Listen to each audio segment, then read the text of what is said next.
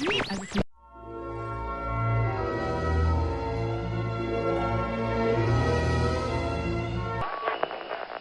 off on a world tour that's just steps away. World Showcase. Oh, sun shining bright above you. Hi, I'm Ken with a Disney MGM Studios tip. It's best to see the Twilight Zone Tower of Terror, Voyage of the Little Mermaid, and Star Tours early in the day. WDW Radio, your information station. Welcome to the WDW Radio Show, your Walt Disney World information station.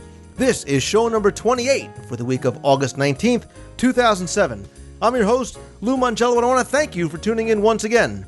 I have just a few items to cover in the news and views from Walt Disney World segment before we take a quick visit to the Walt Disney World rumor mill. Join me and Disney artist Jason Zucker as we visit a true hidden treasure of Walt Disney World. Then Eric Hollister announces the winner of this week's Walt Disney World Half Marathon Challenge contest and gives you the clues to the next challenge with the help of Mike Scopa, who also provides some marathon training advice. We'll conduct another DSI, Disney Scene Investigation, as Jeff Pepper and I take a look at the Echo Lake area of the Disney MGM Studios, and we discuss the real reasons why the Sorcerer's Hat won't be going anywhere soon. I'll also answer a number of your emails and play some of your voicemails at the end of the show, so sit back, relax, and enjoy this week's episode of the WDW Radio Show.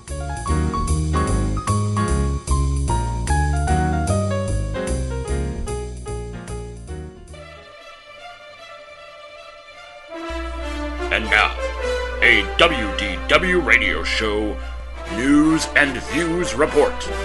Live from the WDW Radio Studios in Scotch Plains, New Jersey.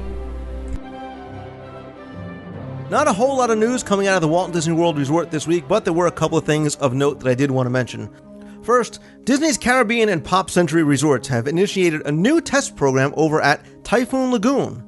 From August 4th through September 8th, and these are tentative dates, Typhoon Lagoon is testing out a new children's activity program for kids 3 to 9. This is going to include lunch and activities like volleyball, water balloon games, limbo, a pirate treasure hunt, dance parties, and more. These are going to go on every day from 10 to 2 p.m. with up to 40 kids split into two age groups, 3 to 5 years old and 6 to 9 years old. And they are going to be supervised and run by Ellis-trained lifeguards at a ratio of about 1 guard per every 5 kids. You should note, if you are going to get looking to have your younger kids participate, they must be potty trained in order to participate in the program. Now, if you are interested, you can register through the guest services desk at either Caribbean Beach or Pop Century Resorts, with spots being available on a first-come, first-served basis over at Typhoon Lagoon. Most importantly, this test program, as of now, is free and is going to be included with your regular water park admission. Now, it's not known right now whether or not after the test program is over, if it's successful, if this will be an add-on, but as of now, like I said, up until approximately September 8th, this program will be free over at Typhoon Lagoon.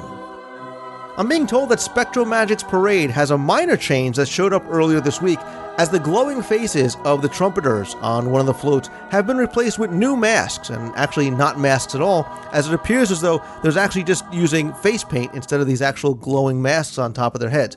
Now, I'm not sure as to whether or not this is a permanent change or this is something that they are just testing, but they do seem to kind of remind me of almost like white Mardi Gras style designs on them. And what I'm going to do is I'm going to put a link in this week's show notes page over to the DisneyWorldTrivia.com forums, where somebody did post a picture of it and there is a discussion going on. So if you haven't seen the pictures and want to get an idea of what they look like, or if you have seen them and want to discuss what you think about the new look, by all means head on over to the forums and weigh in on that. And Disney's Virtual Magic Kingdom has confirmed the rumor that VMK Central will be closing at the Main Street Cinema in the Magic Kingdom on September 30th, 2007. VMK said in a release that, quote, "The game, very much like our theme parks, is always changing. We've always tried to experiment with unique ways of doing things like in-park questing, and we'll continue to do that. For example, we'll still be doing cool stuff in the parks like merchandise cards and the Finding Nemo Submarine Voyage quest. But those things just won't revolve around VMK Central," end quote. Now, it's unclear at this time as to whether or not VMK is going to close permanently or if it may reopen possibly in another location in the Magic Kingdom or elsewhere on property. We'll have to keep an eye on this. And if anybody has a VMK player, has any more information as this comes out, by all means, please feel free to let me know. And finally, just something that I thought was interesting that was sent out to cast members earlier this week is that from August 26th through September 29th, 2007, cast members are being asked not to eat in the dining locations during dinner time in their table service restaurants. They're actually blocking out the cast member discounts as well as their larger holidays discounted tickets during this time, specifically because of the popularity of the Disney dining plan. So Disney is obviously taking note and recognizing the fact that many of the restaurants are becoming crowded. Sometimes it may be difficult to get reservations. They're politely asking their cast members not to eat in those locations during that time, so it can hopefully free up some space for the guests, which I think is a great move on Disney's part, and unfortunately not great for the cast members, but it is nice the fact that they are recognizing what the popularity of the Disney dining plan is bringing to the restaurants. So again, not a lot of news this week. That's going to do it. Of course, if you have any news that you want to report, anything that you want to weigh in on, by all means, please send it to me at lou@wdwradio.com. And just a quick reminder, if you are going to be in Walt Disney World on August 25th, I will be down at the Virgin Megastore in downtown Disney for a book signing and discussion from 6 to 8 p.m. That's located right across the way from Wolfgang Puck's and Bongo's Cuban Cafe. There's no Pleasure Island admission required. If you have a book already, that's okay. I'd love for you to come down. If you're in the area, please come on over and say hi. Remember, that's at the Virgin Megastore in downtown Disney. It's on the west side.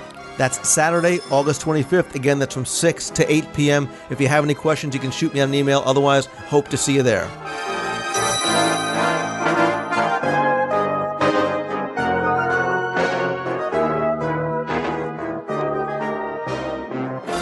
And now, a trip to the Walt Disney World rumor mill.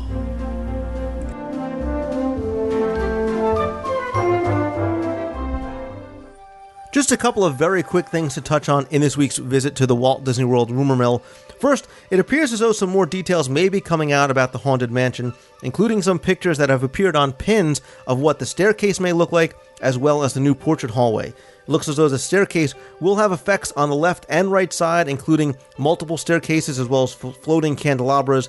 And the new portrait hallway will have some new effects, included lightning in windows on the left-hand side. If you remember, most of the portraits you could see on the left-hand, right-hand side. Now it sounds like some of these may be removed on the left-hand side, replaced with windows with some sort of lightning effects. Gargoyles in the stretching room appear as though they may be getting effects that may make them look as though they're coming to life, as well as the ghost host voice is going to be made to seem to float around as part of the upgrade to the digital audio system. So as more details come out, I'm becoming more and more excited about what is going to be coming into the Haunted Mansion later on this year. Also, Epcot cast members are reporting that the Muppet Mobile Labs will be appearing this week for possibly as short as a 2-week period in, like I said, not the studios, but Epcot. The labs, which are part of Disney's Living Character Initiative, was introduced in Disneyland last year, and although it's unclear right now as to where they will be found, I'd expect them to be in or around the Imagination Pavilion. I know many people are saying, why wouldn't they bring the Muppet Mobile Labs over to Muppet Vision over at the studios? I cannot answer that question, but this obviously is part of Disney's plan to continue, like I said, with the Living Character Initiative. If anybody has a chance to get out to Epcot this week and catch Muppet Mobile Labs, I hear it's really something special to see, and by all means, if you have any pictures, please feel free to send them into the show. And of course, if you have any rumors that you want to talk about or anything that you've heard, you can send those in via voicemail at 206-202-4WDW or via email at lou@wdwradio.com.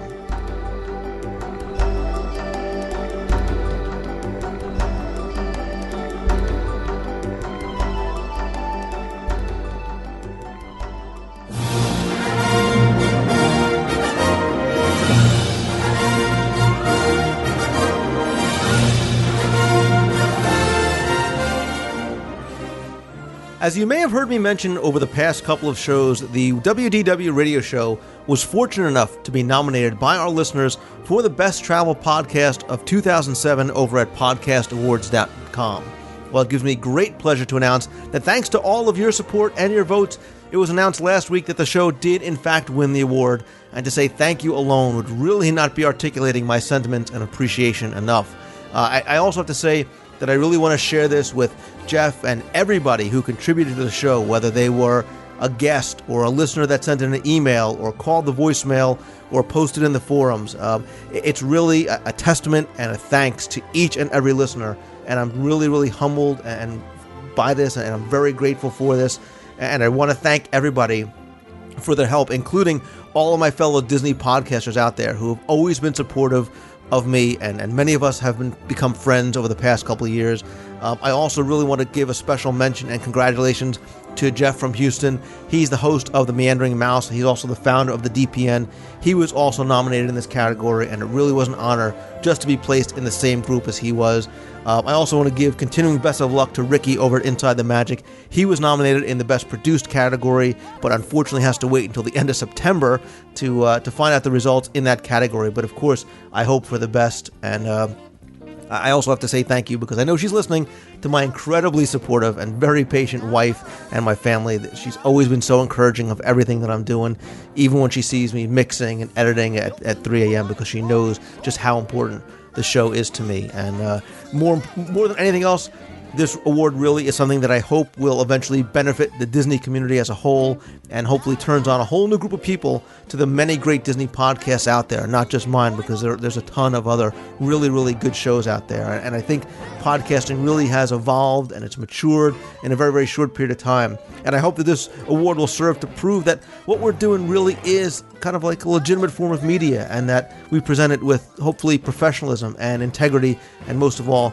passion behind what we're doing. And again, this award really gets shared with all of you as well, because it's only because of you that it came to be, and it's because of you that I do this each and every week, and that I love doing what I'm doing so much. And it really does mean a great deal to me personally, and I do want to share it with all of you, and of course, especially Jeff and everybody who has joined me on the show. So I really want to say thank you very, very much. I really, really do appreciate it.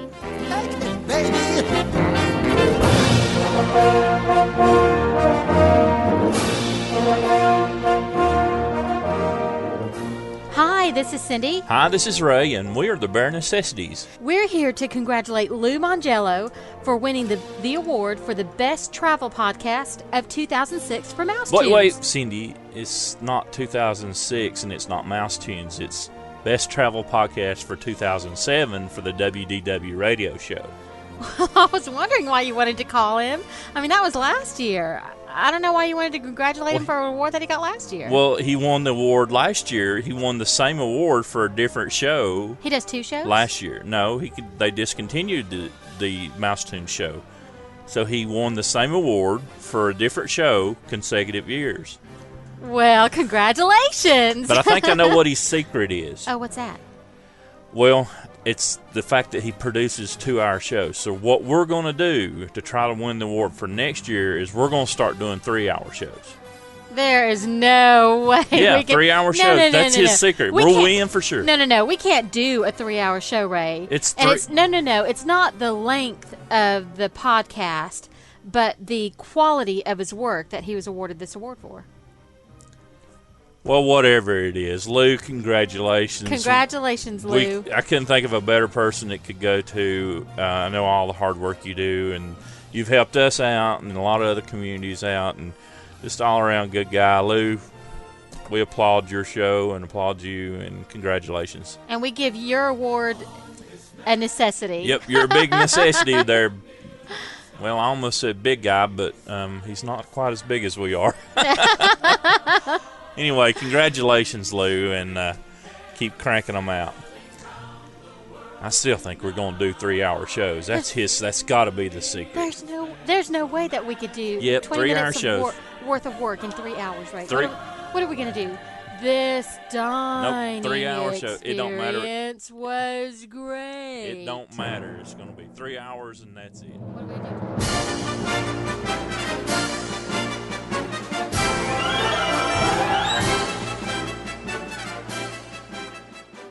This week's Hidden Treasure of Walt Disney World segment is a new hidden treasure to me as well, and it was one that was just introduced to me by a good friend, Jason Zucker. He is the character watch artist you may have heard on the show once before over at Sunset Club Couture. Well, he asked me, he says, have you ever seen the names of the people? And I said, sure, I've seen them at the Great Mover. I said, no, come with me.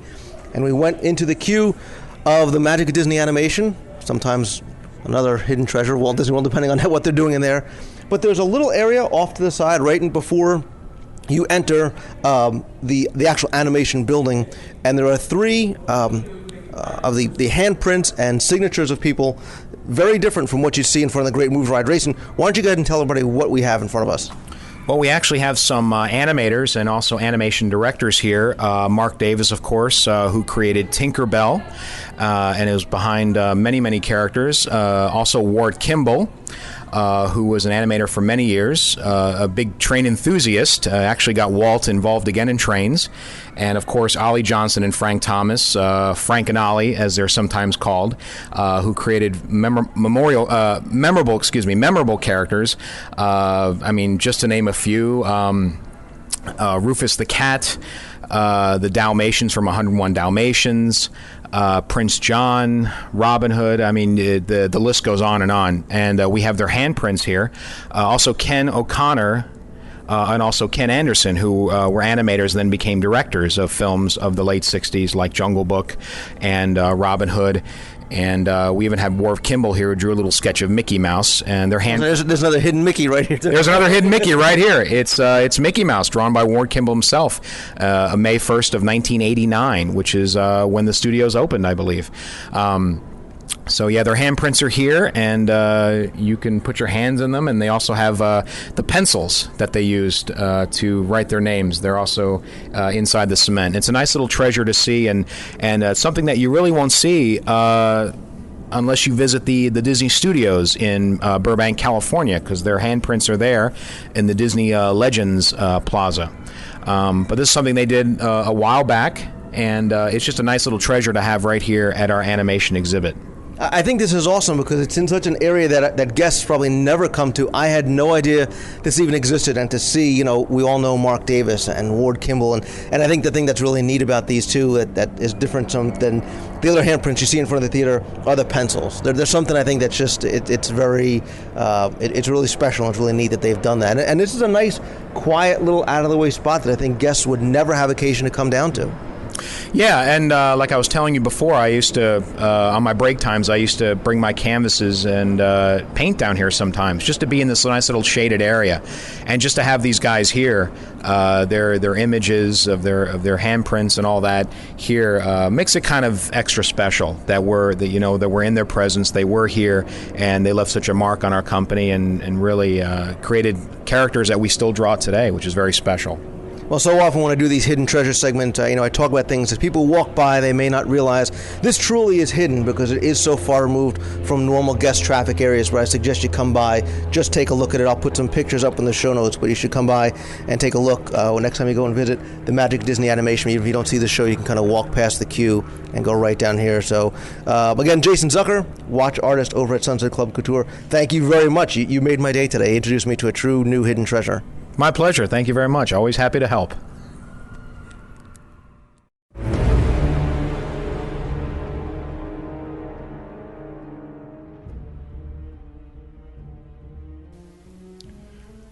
Well, hello there, WDW radio show listeners. This is Eric Hollister from geomouse.com, and it is update time. Update for challenge number 3 in our Walt Disney World Half Marathon Challenge series.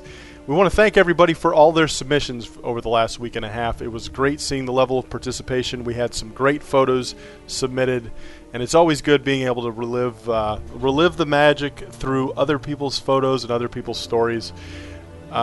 We will be doing something special on geomouse.com with these photos in a collage type of format over the next coming weeks, so please stay tuned. But now it is time to announce the winner for challenge number 3, and I am happy to say that the winner of the third challenge is Nick Fufel, and Nick has decided to name mile marker number 3 the Charm. So congratulations to Nick Fufel, who has named mile marker number 3 in Lou Mongello's half marathon race the Charm. And Nick wins a prize package consisting of both Walt Disney World Trivia books, volumes 1 and 2, signed by Lou the Marathon Man Mongello, a Walt Disney World Trivia t-shirt, a DisneyWorldTrivia.com trading pin and lanyard, a Disney Studio Collection wall art of Mickey as the Sorcerer's Apprentice, of course, there's also going to be a certificate of dedication for mile marker number 3, which is going to be known as the Charm. We will go ahead and post that as well on geomouse.com. Nick will also be entered into the grand prize drawing with the other winners, which will again occur after the half marathon in January. And stay tuned over the next couple weeks as Lou and I will announce what the grand prize will be and what it will consist of. And finally, geomouse.com will donate $100 to the Dream Team project as a part of this effort. So we're going to send it back to the radio show for a little while, but stay tuned because challenge number 4 will be coming up here shortly. So we want to send it back to Lou Mongello. Congratulations again, Nick. Mile marker number 3 is the Charm. Take it away, Lou.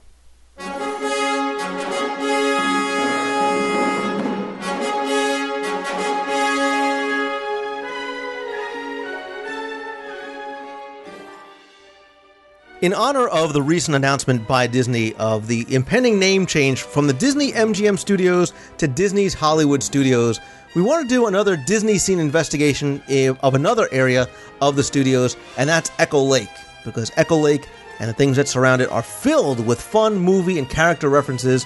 So who else other than Jeff Pepper should come on to help investigate what they mean, as only he and I and maybe a few other people are walking around taking pictures of obscure crates and manhole covers on the floor. So Jeff, welcome to the show again, buddy.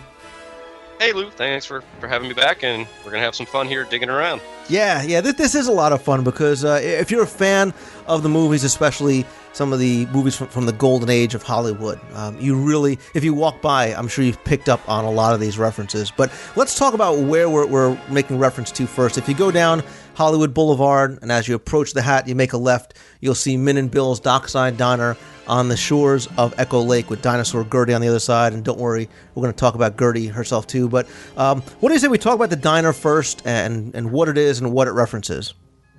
Well, let's take a step back, just one quick thing, and kind of just talk about what Echo Lake refers to. Echo Lake, a lot of people, when they're walking into that area, don't even realize that area of the park has a specific name and reference. And Echo Lake was inspired by Echo Park, which was an area in Los Angeles that was kind of the Hollywood before there was a Hollywood. It was the area where in the silent era, in the teens and early 20s, where a lot of Hollywood filming was done. Max Sennett had a studio there. Tom Mix, the cowboy star, had a studio, and even like Gloria Swanson had a home there. So it's where the Imagineers took inspiration to kind of create the lake in the area. Yeah, and if you look at the Echo Lake area of the Disney Studios, and you look at the real Echo Lake, you can definitely see a lot of the similarities, and you can actually probably pick it up from a lot of movies as well. Yeah, there's been a lot of movies filmed in the area. In fact, Chinatown, the Jack Nicholson film from the 70s, was filmed there. And it's because the area retains so much of that kind of classic Hollywood look and design and architecture. And I think that probably played into a little bit of the inspiration for the Imagineers when they designed the area, because it was still retaining that whole feel.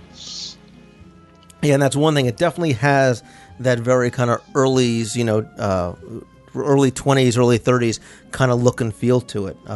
But Min and Bill's specifically itself, it's called Min and Bill's Dockside Diner. It's actually just a snack shop, and they have shakes, they have spicy cheese stuffed pretzels, things like that as well in there. But let's talk about specifically the diner, and we'll talk about the facade. And first of all, who are Min and Bill? Min and Bill is from a movie from 1931 that starred Wallace Beery and Marie Dressler as the characters of Min and Bill. And the movie had a waterfront theme to it, and so that inspired basically the look of the diner. It's a little tramp steamer type, ship design, and that's where it came from. And again, here's one of the interesting things where they tell you about the details. In this case, there is a small plaque in front of the diner that explains, the movie reference.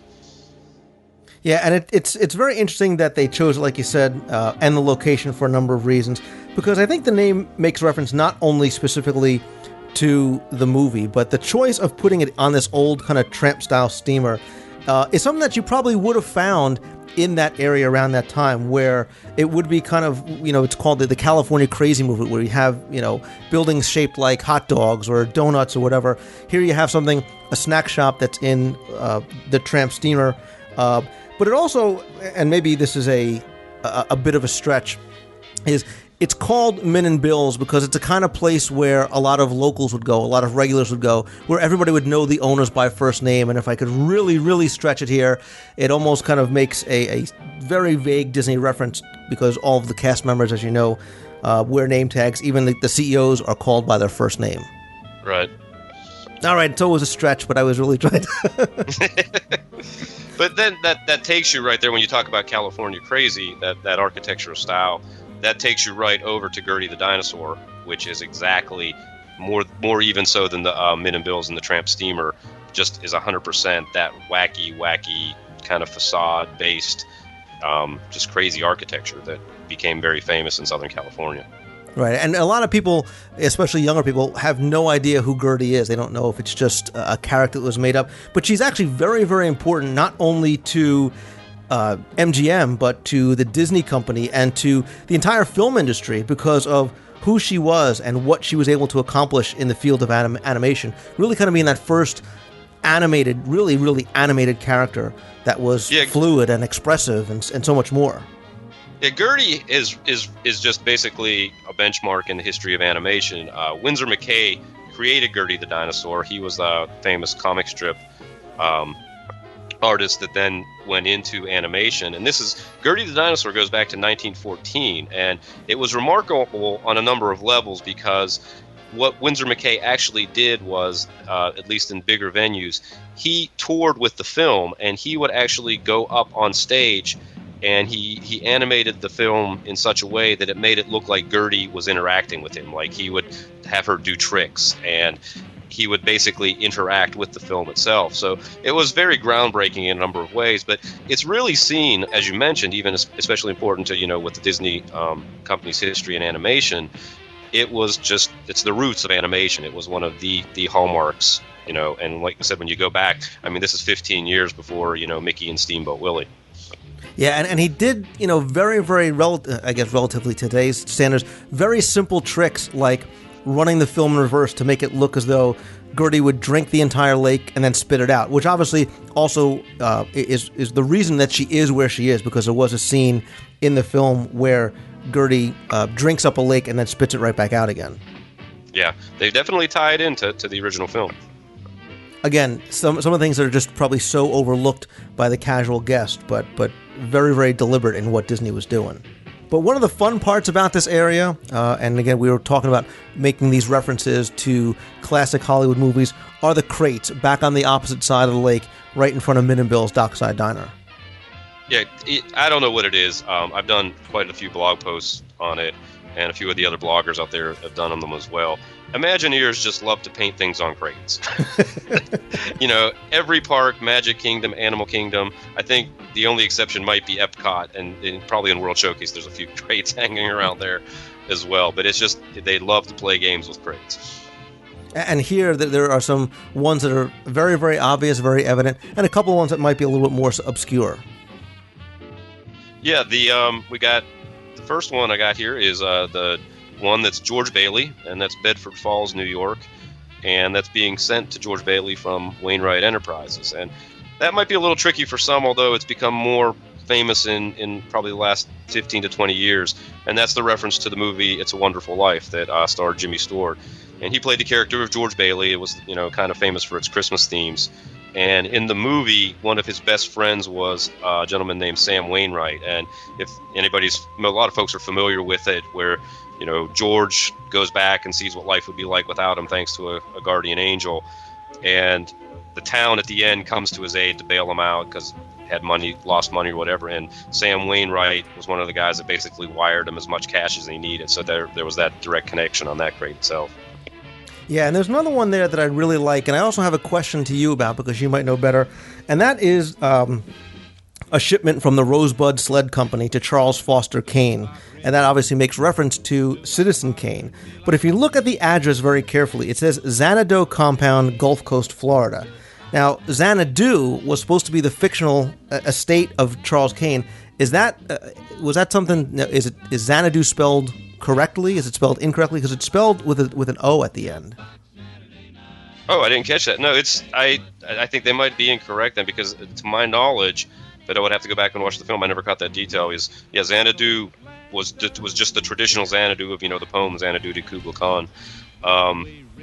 So I think that's what it referenced to. When I remember seeing Citizen Kane, it was always a straight reference to the Kubla Khan Xanadu from the poem. Right, not the Olivia Newton-John Xanadu. Not even. No, not that. Well, that she said the poem too, but right. we'll go with the Orson Welles classic reference here rather than. Another one that's probably very obvious to people is the bicycle that's being shipped to Miss Dorothy Gale in Kansas, obviously from A Wizard of Oz. Right. And on the same MGM track, there is the Scarlett O'Hara, which should be pretty obvious to everybody. But there's a little details in the address there as well. For instance, the address is 12-15-39 Mitchell Lane. I'm assuming 12-15-39 will likely refer to the release date of Gone with the Wind. Mitchell Lane. Mitchell refers to Margaret Mitchell, the author of Gone with the Wind. And Fleming Fashions is just getting a little bit more obscure. Fleming Fashions refers to Victor Fleming, who was the actual director of Gone with the Wind, and he also directed Wizard of Oz as well. Right, and there's one more there, and that's from Casablanca, and that's a crate that's addressed to Rick's Cafe Americain, 112642 Rue Renault, Casablanca, Morocco, and that's from Curtiz Wine and Spirits Limited. Now, before you go looking for this one may not be there. It seems, Jeff, as though a couple of these crates that we're going to talk about now may have actually been removed over the past couple of months. Yeah, I did not notice that one the last time I was there, and that's a good one because that obviously refers to Casablanca. And again, one of the obvious Rick's Cafe American, most people will probably get right away. The Curtiz reference is in fact to the director of that film, which was Michael Curtiz. Yeah, and the other one that I'm really sad is gone, and we should give credit where it's due. Jessica over at ifwecandreamit.blogspot.com pointed this out. She did a recent blog post about this, and like her, one of my favorite ones was a reference to the movie, and now broader musical, The Producers by Mel Brooks. There was a crate addressed to Max Bialystock from Bialystock and Bloom Theatrical Producers, and it was from Anita Doubleset Ledger Company in Ossining, New York. Now, obviously, Anita Doubleset as in I need a double set of ledgers so I can, create my Springtime for Hitler musical and scam people. But again, for whatever reason, it looks like these two may very well be gone. Yeah, because I didn't notice either one, and the Producers one was new to me when I saw it on her blog, so it was a good catch on her part. Yeah, and the only thing I noticed from looking at pictures that I have and pictures that she has and a couple of the photos online is that the crates are in different locations and the font is different. And so for whatever reason, some of these crates have been taken out for one reason or another. But that's something that's sometimes good in a way because it gives you reason to go back and keep looking because you don't know what the Imagineers are going to put in next. So, but Jeff, before we leave this Echo Lake area, I want to kind of jump across with you to kind of like across the promenade to where the Hollywood and Vine restaurant and 50s Primetime Cafe is, because there's a couple of things there that I think we should point out as well, up in the windows and then in one of the facades of the buildings. Yeah, there's some really neat details along there, and they're not really hidden. They're just, again, one of our favorite mottos is look up, and here again, there's just some fun stuff to catch as you're walking along there. If you look up, we pointed out one of the details when we did our Roger Rabbit segment a few months back, and that is you'll see the window for Eddie Valiant, private investigator, and it features the outline of where Roger Rabbit went through the window itself. But if you also look up there, there's a couple other places. There's the JJ Taps Dance Studio, and they have auditions every Tuesday, 9 o'clock, if you want to sign up. And enrollment is limited, so you gotta get in there. They've got just some odds and ends like Office Space for rent, and I think this was always cute to me because it's 75 cents a day, $5 a week, no actors, but hot and cold water is available. Yeah, I like the little no actors sign in the window next to it. And then the one funny thing is, and for a long time I never even caught this because I just wasn't paying close enough attention, was the director's best friend Incorporated Stunt Dogs Company, which I got a kick out of. Again, it might just be us. Yeah, it probably is, but hey. Everybody's like, why don't you guys just go and ride the rides already? And when you hear what we're going to talk about next, you're really But anyway, let's talk about the Echo Lake Apartments. Yeah, the Echo Lake Apartments. This is one of those things, and again, you just hit the nail on the head. People are going to just go, "You people are crazy." But this small, it's a very small kind of facade there, and it's just fascinating to look at because for me, it really transports me to a different place in time. And I know it was just sort of just window dressing when they were creating, the restaurants and everything. But if you go down, and it's between Hollywood and Vine and the Tune-In Lounge, correct? Right. And the 50s Primetime Cafe, it's just a small little area, and there's a gate, and it's like a wrought iron gate, and that's how you see the name Echo Lake Apartments, I believe. It's worked into the wrought iron of the gate. And the actual address, no, it doesn't have an address. I'm sorry. It just has the Echo Lake Apartments. But if you look very close, and this is like, again, where people are just going to say we're idiots, is, there's a set of mailboxes, and each mailbox has a name and a number. And the interesting thing is that they've been weathered and faded by time. But there's just, you can make out some names here and there. And, again, as we always are prone to, who are they? What does it mean? Yeah, and folks, in this case, I don't have a clue. No, and if you look, if you're walking down the promenade, like I said, you'll see the Echo Lake Apartment.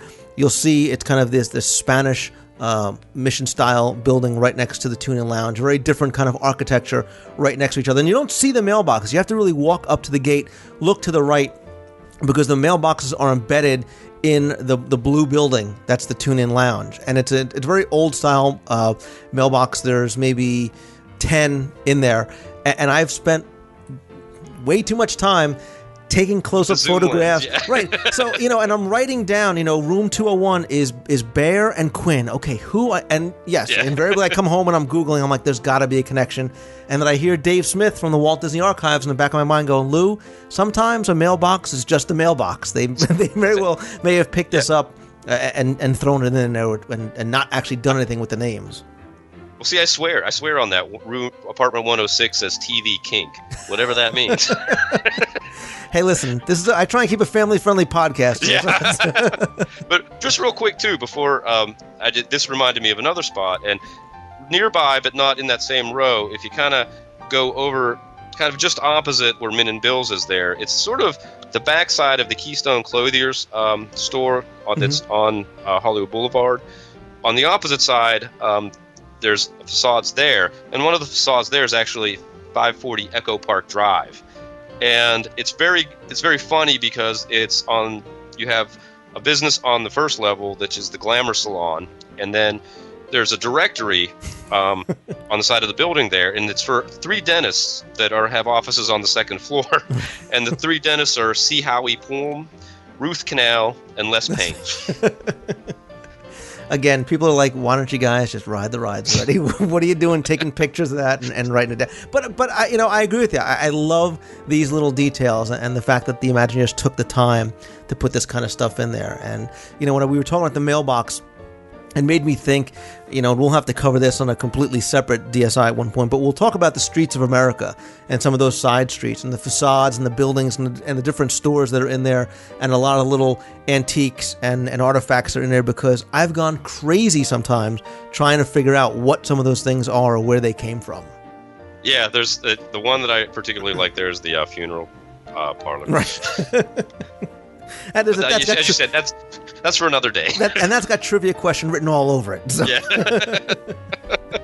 But before we leave the Echo Lake area, and again we touched on the fact that obviously there's been the announcement of the change of the name of the studios from the Disney MGM Studios to Disney's Hollywood Studios, and after that came out, I started getting another series of emails that I've received in the past, and rumors start coming up again on the online about removing the Sorcerer Mickey hat. Well, now that they're changing the name, now that MGM's out of the way, is this going to be the time that they're going to remove the Sorcerer Mickey hat? And I wanted to talk a little bit about why that's not going to happen.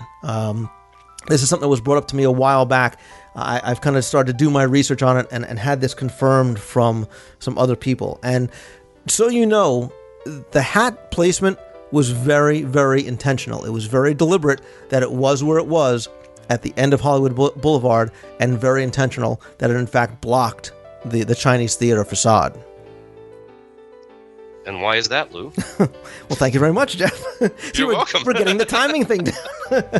I know the answer, but all right, let's talk a little bit about the Chinese theater itself and a little bit about its lineage and its history. That was built back in 1927 after the success of the Grauman's Egyptian Theater, which was close by in Hollywood, California. And it's obviously, it's a landmark in Hollywood. It's been the host to Academy Award ceremonies. We all know about the cement blocks in the front that have been recreated so faithfully here at the studios. But from the early 1920s until about 1973, it was known as Grauman's Chinese Theater. From 73 to 2001, it changed the name to Mann's Chinese Theater. That was acquired by Mann Theaters back in 1973. The company was going bankrupt, and so along with some of the other properties, they were sold around 2000 to a partnership company comprised of Warner Brothers and Paramount Pictures, who also acquired the Mann name. 2002, they changed the name back to Grauman's, things like that. But here's the reason why the hat is where it is. When Warner Brothers took over in 2000, they no longer wanted Disney to use their theater, basically, as the essential icon of the park. Because that's what it was. You call it the Water Tower, but that's what everybody knew the park, and that's what you see when you first walk through the gates. So, in fact, they actually originally wanted Disney to tear down the entire building or the facade. I mean, that was their original thing, saying, we need you to get rid of this in its entirety. There were some sort of licensing and copyright disagreements. I don't know all the details, obviously, of what they were. But it seems like a compromise was reached, and that was the building of the Sorcerer's Hat, where it was essentially to block the view from the entrance of Hollywood Boulevard and make it the park's icon. Remove the theater as the park's icon. Now, when I first heard this, it didn't make sense to me. I didn't think it was true, but I've confirmed this with a number of cast members.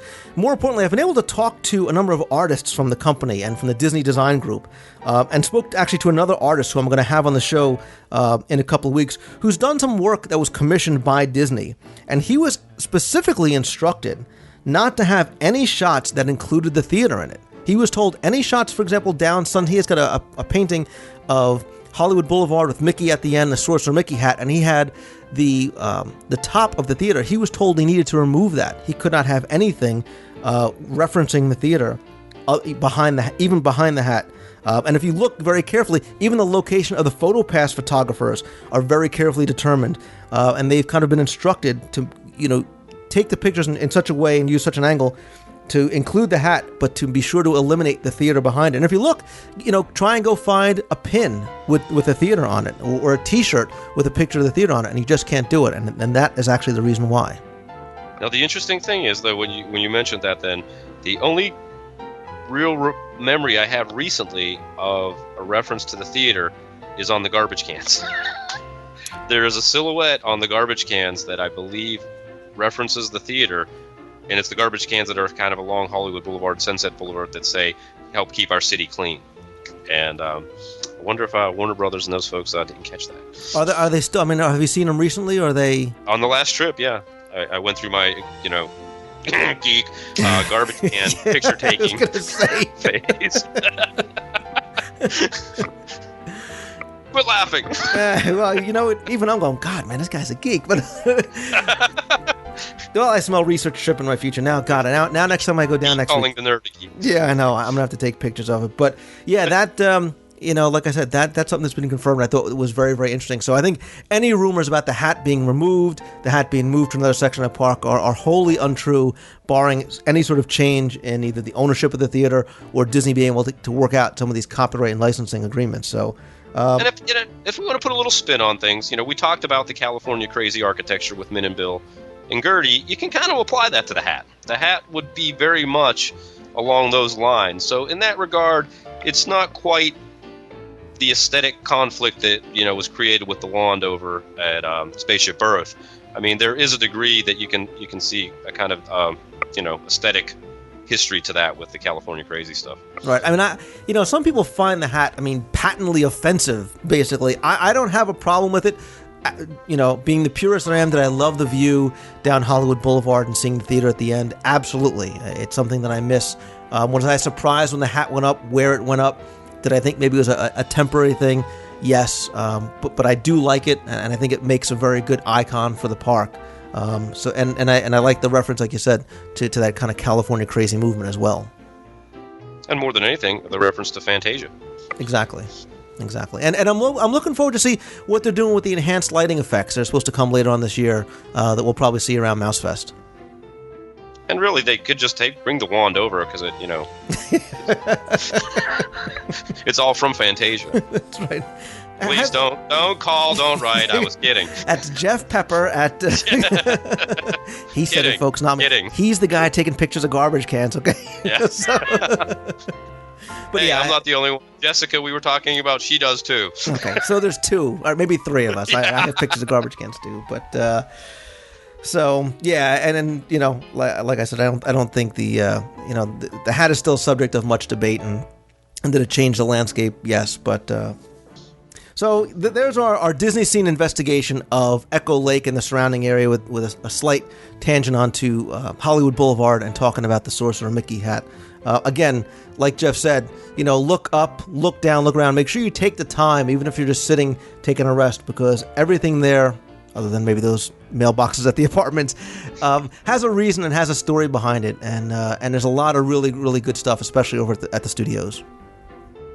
So, again, we're geeks, but we're proud geeks. So that's going to do it for this week's DSI. Don't forget to go and visit Jeff's blog over at 2719hyperion.blogspot.com. And if you like these segments, you're going to be down at Mousefest. Don't forget that we will be doing a DSI Disney Scene Investigation live in the parks. We'll be doing it Sunday at the Magic Kingdom. We'll be taking you through Frontierland and pointing out more than just garbage cans, I promise you. Bring your cameras and your magnifying glasses. We got some stuff to show you, folks. Looking forward to it. Jeff, thanks as always, buddy. Yeah, I always had a great time, Lou. Thank you.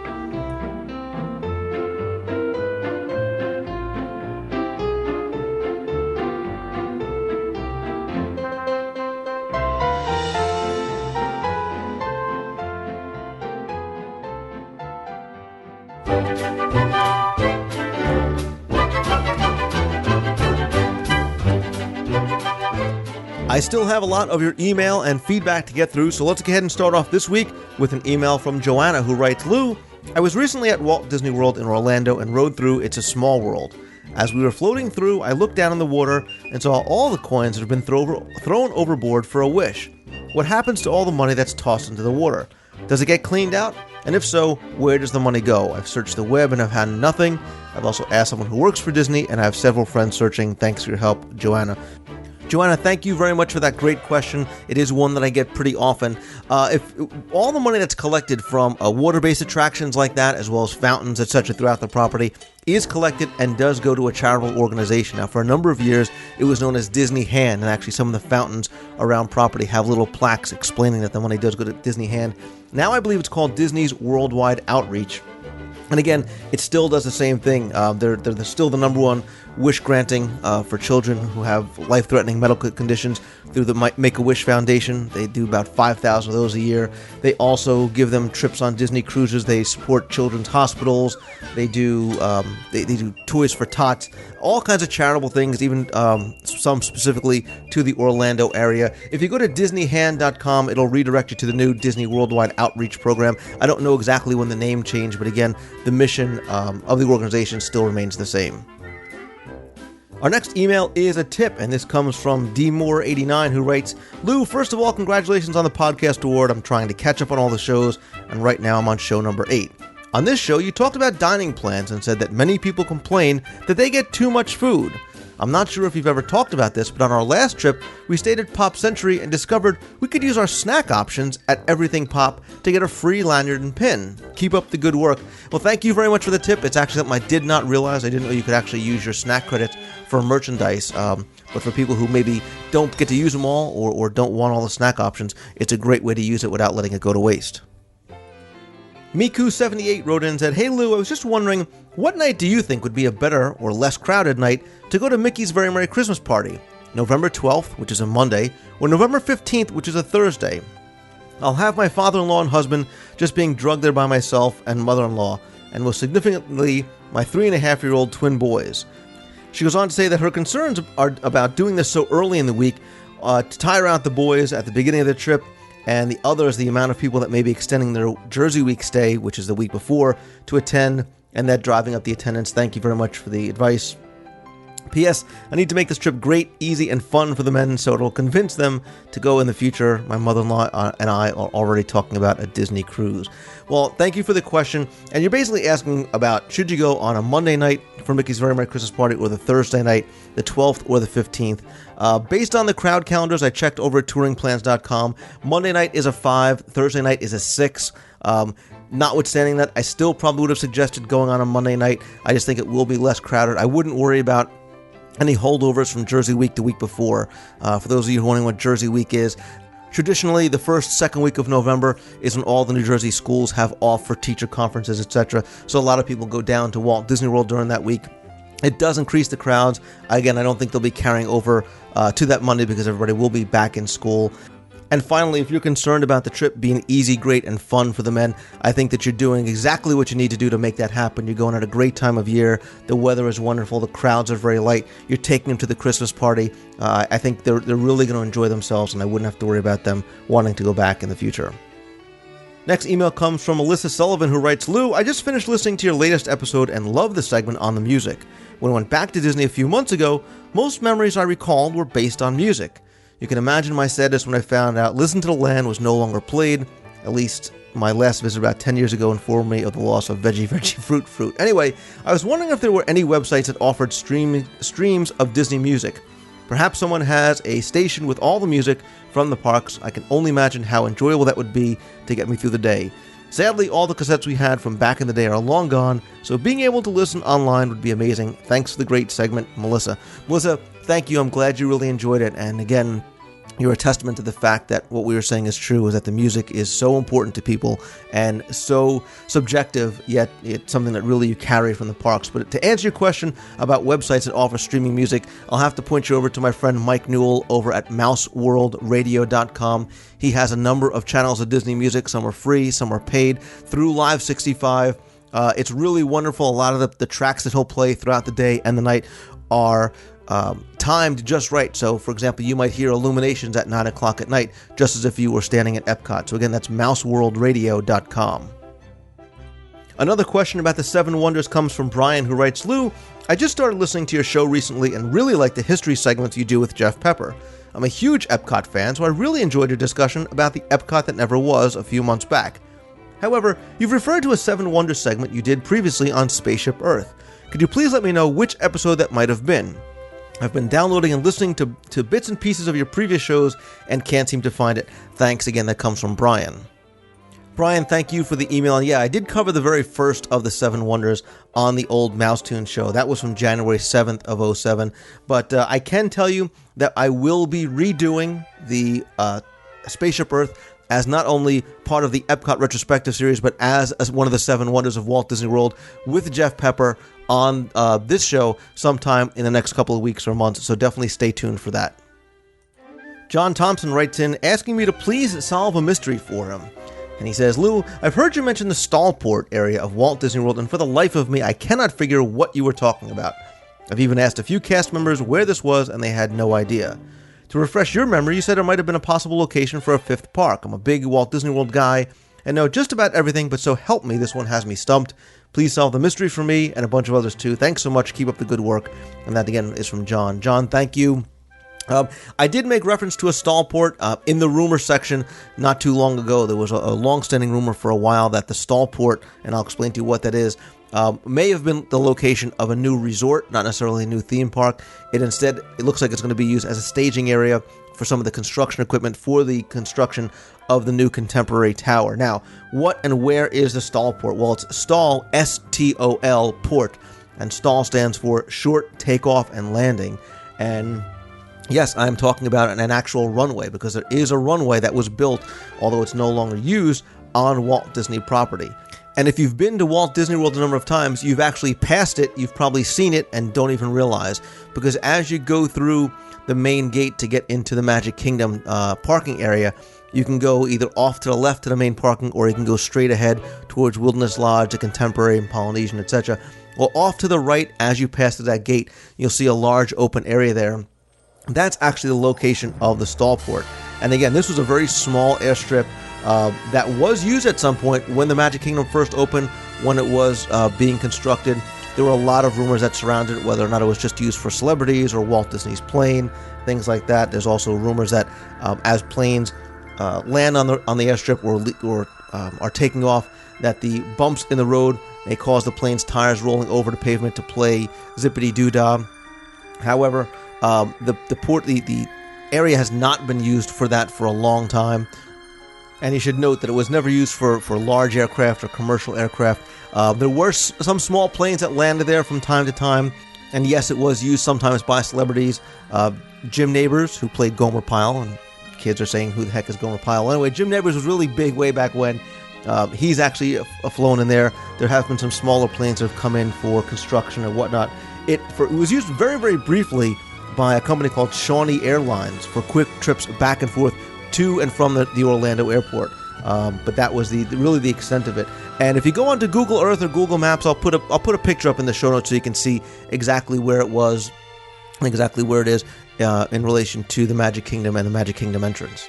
But one thing I should throw in here, just as a quick aside, is that part of the reason why this airstrip was so small and not used very often is because originally, as part of Disney's master plans for Walt Disney World, there was going to be a full-scale international airport on property. Remember, in addition to Walt Disney World, the theme park, there was going to be Epcot, the city. And it was going to be a much grander in scale type of thing. So yeah, there were originally plans for a full-blown jet airport on property that did never come to pass. This is something I may cover in more detail on an upcoming show. Kelly wrote in and said, Lou, I have a question that's always on my mind at Epcot. Why don't they put another restaurant where the Odyssey is? I know they use it for Food and Wine Festival, but I think it would make a great spot for a restaurant. And Kelly, I, and many people who are probably yelling at their iPods agree with you wholeheartedly. Epcot's Odyssey originally was a quick service restaurant. It's located in between Future World and World Showcase, very close to the Mexico Pavilion. For many years, that restaurant's been shut down. Like you said, it is being used for a number of events. This year, once again, at Epcot's Food and Wine Festival. Part of the reason why I think it has not been reopened is, number one, maybe they just don't know what to do with it. Maybe two, it wasn't all that popular because of its location. And three, it is used very, very extensively for a lot of corporate events, corporate training events, corporate parties, special events. The venue could be rented out for a number of different things. And I think Disney likely makes a good deal of money from renting out space like that for these type of events. I, however, would love to see the Odyssey restaurant be maybe even another quick service type restaurant, maybe something where you can sample some of the different foods from around the pavilions at Epcot, or maybe sample foods from around the world that you can't get in Epcot normally. Almost like a miniature food and wine festival under one roof that you can sample all year round. Our next email reads, Hey Lou, my big trip is quickly approaching, just 33 days from now. I have a few questions that perhaps you can use on your show. The first one I sent to WDW today, but you know how getting your mail answered on there goes. Sorry guys, he said it, not me. Anyway, my family's favorite ride on all of Disney property is hands down the Great Movie Ride. When we first rode it so many years ago, we instantly fell in love and ended up riding it 4 times that trip, and ever since then, we always visit at least 2 or even 3 more times each time. There's just something about that ride that makes it so special to us. Everything about it, from the classic movies to the interactive experience, just speaks to us in a way that many other attractions don't.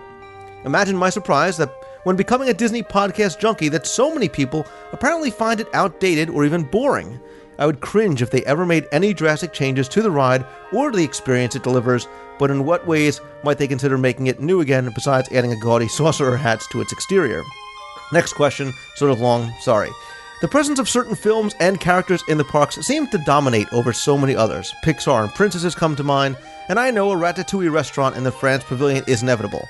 So what are some of the other films or characters that you feel are grossly underrepresented in the parks? What would you like to see more of? What Disney material has not been milked for its full potential? Is there a Tron attraction just waiting to be hatched in Tomorrowland? Or maybe a Chronicles of Narnia dark ride at MGM? I know they're not popular anymore, but personally I'd love to see more Black Cauldron or Pete's Dragon in the parks. I'm partial to older characters and wish we could see some more development based on them. I love that Pecos Bill still has his own restaurant and that the Robinsons still hold a lease on their treehouse in Florida. I'm also thrilled they chose the Three Caballeros to retheme to El Rio del Tiempo as opposed to something like the Emperor's New Groove. Looking forward to hearing your opinion. That comes from Chip Joyce in Peoria, Illinois. Chip, thank you very much for the email, and I can definitely appreciate your sentiment about the Great Movie Ride. Now, I don't know if maybe whether it's a combination of nostalgia or just these are movies that to us and our generation and many generations are classics and ones that we know and we love and revere. Of course, it begs the question, what about the next generation? What about the younger people that maybe aren't all that familiar with who James Cagney is, or some people might even know what some of those movie references are altogether? That's where the thought process has to come in. When, if at all, do we update this attraction? What do we update it with? What kind of movies do we put in there? It would be very interesting. I'd like to hear people's responses to know what do they think if the Great Movie Ride were to be refurbed or the attraction's show scenes were to be taken out. What movies do you think should be represented or could be represented very well in the new attraction? But as far as other characters and other films that should be represented, again, this is something that's likely so subjective, specifically because different movies appeal to people in different ways. I, like you, also agree that I like the fact that classic characters are still kept in the parks. Again, are they relevant to a younger generation?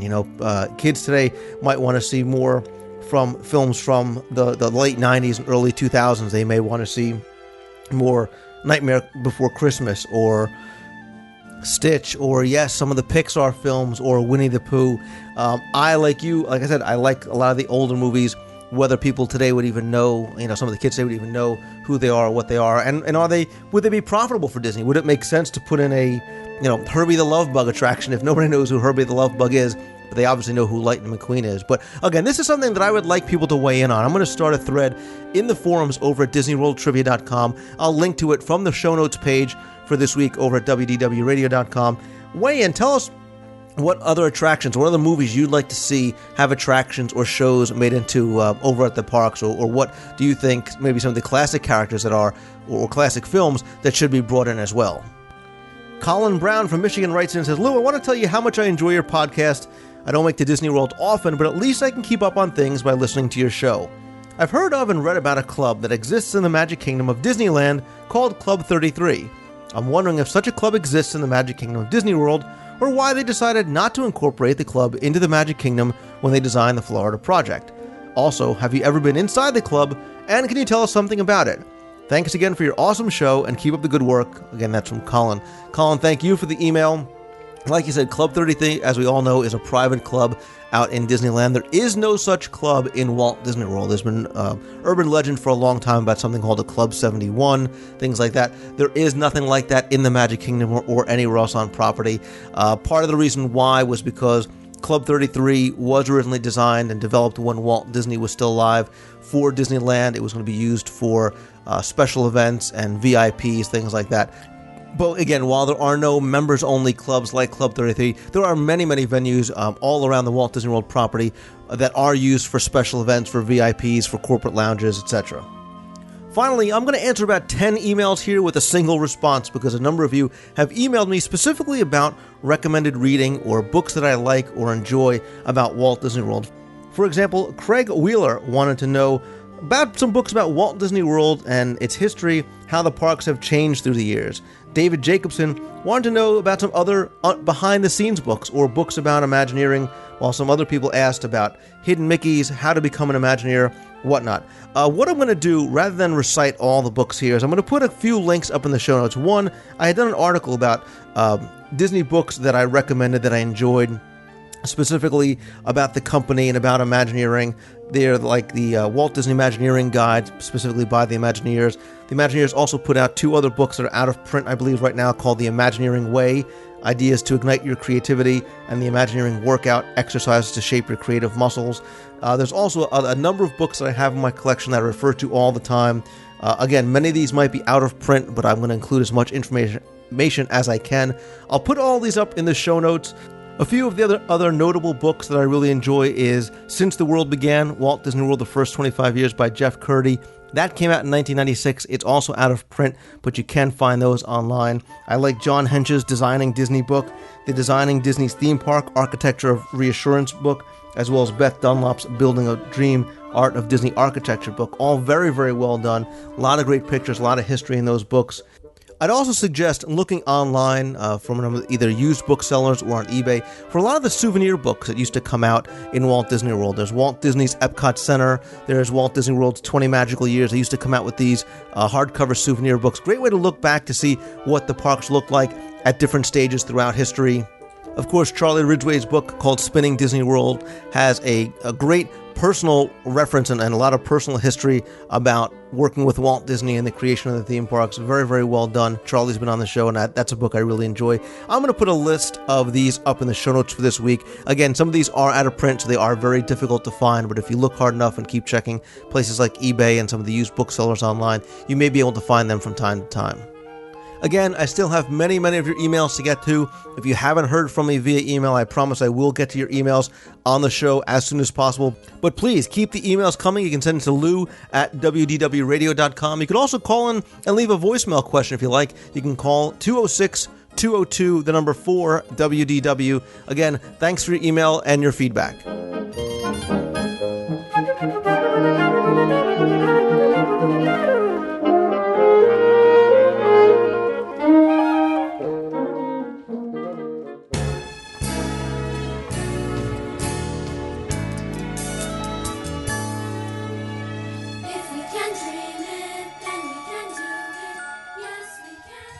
Okay, it's time once again for the next Walt Disney World Half Marathon Challenge, and this one involves two of the people that really started this whole thing.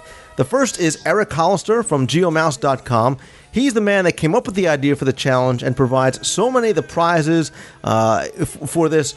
And then we also have the man who really started it all, the man who motivated me to decide to run, and in turn ended up motivating so many other people to do some amazing things for themselves and for other people. He's the man who knows what it means to get it, Mr. Why We Do What We Do, my good friend and inspiration, Mike Scopa. Gentlemen, welcome to the show. Thank you, Lou. Wow, what an introduction. I was thinking there was somebody else. Well, that's it for us today, to read our show notes. Well, Mike, since we got you here, I know the listeners want to know, with about 5 months leading up to the race, what advice do you give Lou now as he prepares for his first half marathon? The important thing is to build stamina and not to worry about pace.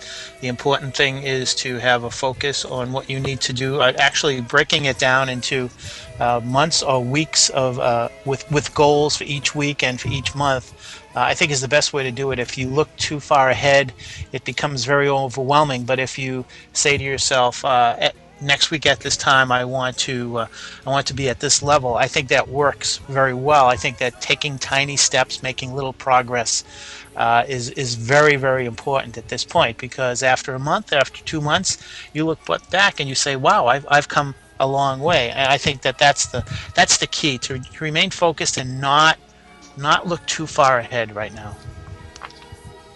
That inspires me to run in 2009. This challenge is challenge number 4.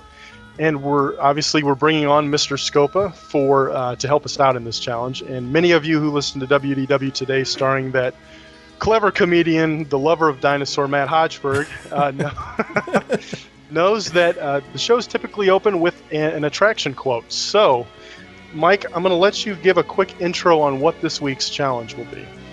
Okay, for this week's challenge, Eric, I am going to say a quote that has been heard in an attraction in one of the Walt Disney World theme parks. It could have come from any of the 4 theme parks, and what I would like to ask our listeners to identify is, number 1, which park the quote comes from, which attraction the quote comes from, and who says it. 2 out of 3. I'll accept 2 out of 3. The person who actually says the line may be a little bit may be a little difficult. And the other thing I want to throw out there is that this can be an attraction that is either in existence or is no longer in existence. So we're going to make it a little bit of a challenge first time out. Good deal. Now, when you say the person who speaks it, is this the character or is this the actual voice behind it? I want the character. And this could be a celebrity, it could be a character, a Walt Disney character. I don't think that. I mean, obviously there are some Walt Disney World. There are some Disney animated characters that are out there. If this was an animated character, but we don't know who the voices are. So basically, I'm looking for either the character or the celebrity or the figure that we see. Like for instance, if it was a quote from the Wicked Witch of the West in the Great Movie Ride, that's all we would need for an identification. Good deal. Okay. All right. So without further ado, Mr. Mike Scopa, take it away. Let's hear that quote. Okay. We need to know which park, which attraction, and who said the following line. Oh, sorry, Mr. Eisner. That's it. Nice. All righty. Nice. Okay. All right, so for all entries, to name the quote, you have to, again, name the attraction, name the theme park, and name the character behind it. All submissions must be sent in to marathon@wdwradio.com by August 29th at midnight in order for your answer to be eligible. And all correct winners will once again be pooled together. We will draw a winner at that time, and the winner will receive Mr. Mangello. They're going to receive Mr. Mangello? Wow. My wife's prayers have been answered. Who wins the first prize? Wow. I totally cut him off guard. Well, the winner will receive both volumes 1 and 2 of the Walt Disney World trivia books, signed by Lou Mangello, forward by Matt Hochberg in volume number 3. Disney World Trivia t-shirt, a DisneyWorldTrivia.com trading pin and lanyard, a Jack Skellington animatronic bust, just in time for Halloween. A certificate of dedication for mile marker number 4, so be sure to name your mile marker in your submissions. And finally, the grand prize, which we will still announce at a later episode. The winner will be entered into that grand prize drawing to take place after Lou finishes first in the 2008 half marathon down in Walt Disney World. How does that sound? Did you mean finishes first or first finishes? At least I have to finish the race, not finish first. Yeah, you have to first finish. Right. You could be 21st, 101st, 1,641st. It doesn't matter. So I don't care. As long as I don't get swept, that's all I care about. That's right. There you go. Well, thank you, Mr. Scopa. Did you have any parting words for Lou before we go here? Just final words of encouragement. That don't involve shamelessly plugging your site or podcast or whatever. Well, knowing Lou as I do, and knowing the dedication he has to so many of his listeners and a few of the very important causes that he stands for, I have all the faith in the world that he'll come through, and he and I are going to be celebrating at the finish line come January.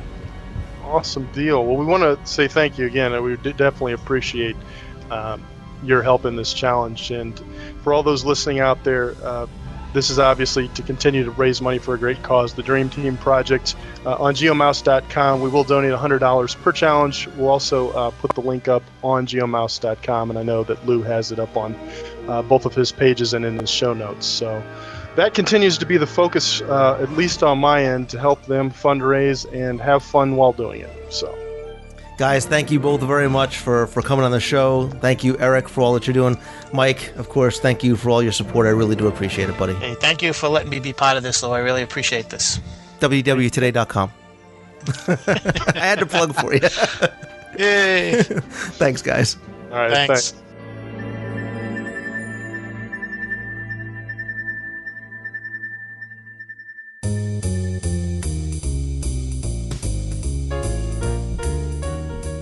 That's going to do it for this week's show. Thank you again for tuning in this week. I hope you enjoyed it. I, of course, want to thank Jeff Pepper from from 2719hyperion.blogspot.com, as always. And of course, Disney artist Jason Zucker, go meet him, say hi, and see his work over at the Sunset Club Couture Shop over at the Disney MGM Studios. Thanks to Eric Hollister from geomouse.com for his hard work and donations with the Half Marathon Challenge. I, of course, want to thank you for listening, as well as your emails, your support, and for voting for the show. Again, both the nomination and the selection of the show and the recognition you guys have provided is really thanks solely to you. And again, I'm so sincere when I tell you how honored I am by this and that I share this with each and every one of my guests, as well as you, the listener. Be sure to stop by the WDWRadio.com website each week. Go visit our show notes page. There I'll have links, more information, and photographs about things I discussed on this week's show. You'll also find our merchandise shop there. You'll find links to previous episodes if you want to catch up on any shows you may have missed. If you're ready to start making your plans for MouseFest or any Disney vacation, don't forget to go and visit our friends at the Magic for Less Travel in order to get that Disney experience while you are planning your trip. Remember, they are authorized Disney vacation planners. They're graduates of the College of Disney Knowledge. They offer a daily discount checking service and lots of free goodies that you cannot get anywhere else. Most importantly, they offer you outstanding personal service, which is free to you. Visit the WDWRadio.com website for a link over to the Magic for Less Travel. On upcoming shows, I have another in our Legends of Disney Imagineering interview that I think you're really going to enjoy. It's actually going to tie in to our next installment in the Epcot Retrospective series. We have more Disney Scene investigations, lots of vacation planning information, more special guests, some new segments, more contests, plenty more of your emails to get to, and so much more. Don't forget to stay tuned next week for the next in our marathon challenges. And if you are going to MouseFest, don't forget to visit the MouseFest page over at DisneyWorldTrivia.com for a list and description of all of our meets. You can also go to the show notes page for a link over there. You should also go over to the MouseFest.org website for the full schedule so you can see exactly what's coming up. MouseFest is shaping up to be bigger and better, and I really am looking forward to it this year. And speaking of MouseFest, I want you to go and check out the All About the Mouse podcast with Brian Ripper and Jonathan Dichter.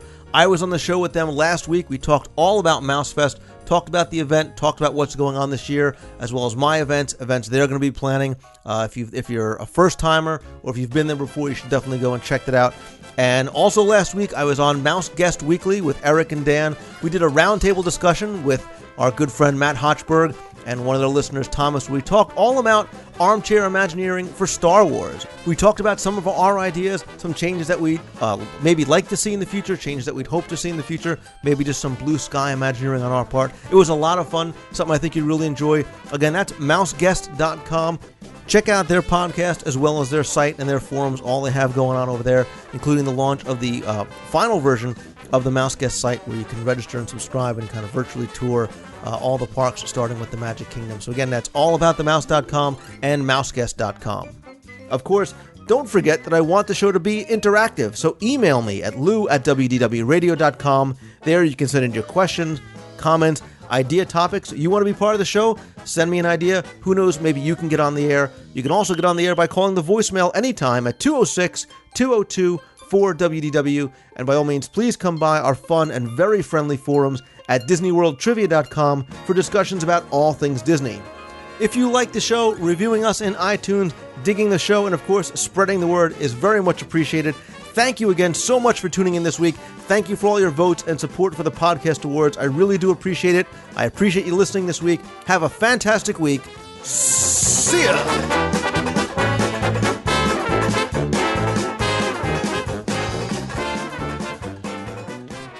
Hi, Lou. This is Kelly D., Disney lover on the forums. I just wanted to make some comments on Show 27, which I absolutely loved. I wanted to share with you. You talked about, you talked about the hidden treasure of bonding with people as being a hidden treasure of Disney. And I just had to tell you that I am still friends with a girl that I met one time at Epcot when I was working at Disney World. And we have stayed friends for the last 5 years, and lately it's been through MySpace. It's been really cool that, just seeing a concert at American Pavilion would do something like that. I just immensely enjoyed hearing Mr. McGinnis' stories, and was just wondering if you knew of any other stories that were on tape that we could listen to from any of the Legends of Disney. So I'd love to hear that answer. And just wanted to congratulate you for winning the podcast award for Best Travel Show. Keep up the good work, and you've got a loyal listener here. Take care.